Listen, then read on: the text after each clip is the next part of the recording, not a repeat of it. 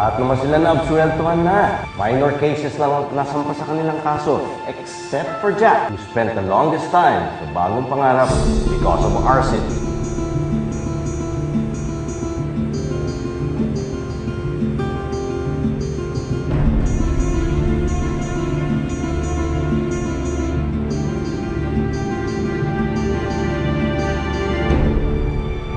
Kung sino ang huling gumamit ng plancha, siya ang mapagbibintangan.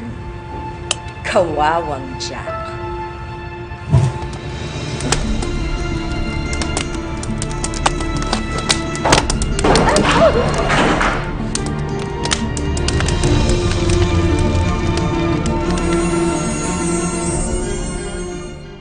Ang bago mong umaga. Ano, nag-enjoy ba kayo?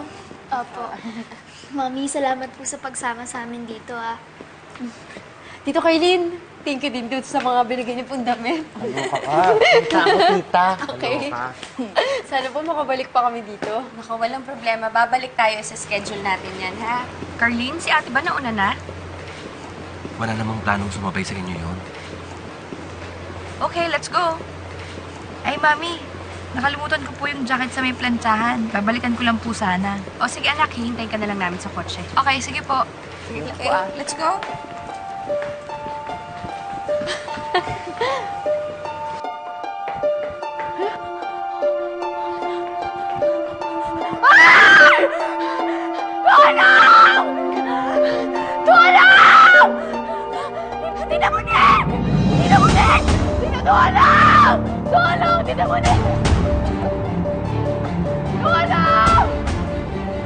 Diyan ang daddy.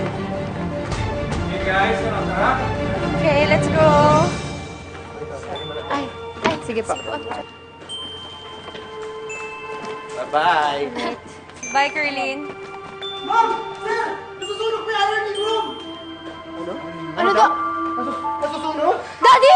Mami, si Jack po naiwan! Kinuha yung jacket ni Doria! Si Jack! Tumawag ka ng bumbero, dali! Dali. John! John, saan mo tayo pumasok sa loob? Tumawag ka ng bumbero, dali! Mami! Tulong!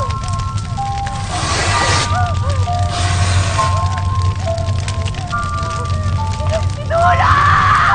Tulong! Tulong!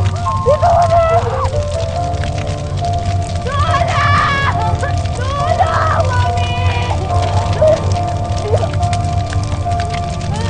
Tulong! Tulong! Tulong! Mami,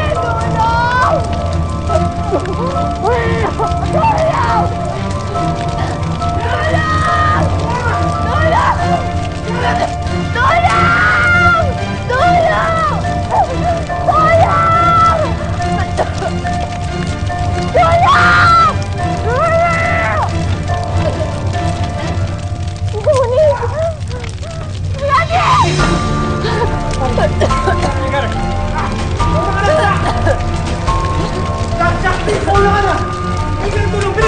Tulong! Hindi po, Mami. Think positive po.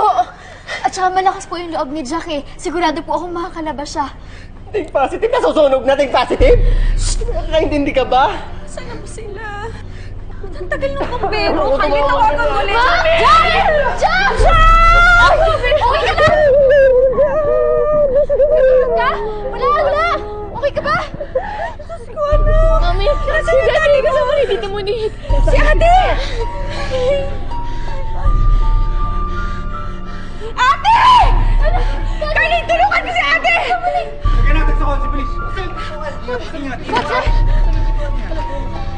Girls, sumakay kayo kay Carlos. Sumakay na kay Carlene! Sige na, makita tayo sa ospital! Bilisan niyo!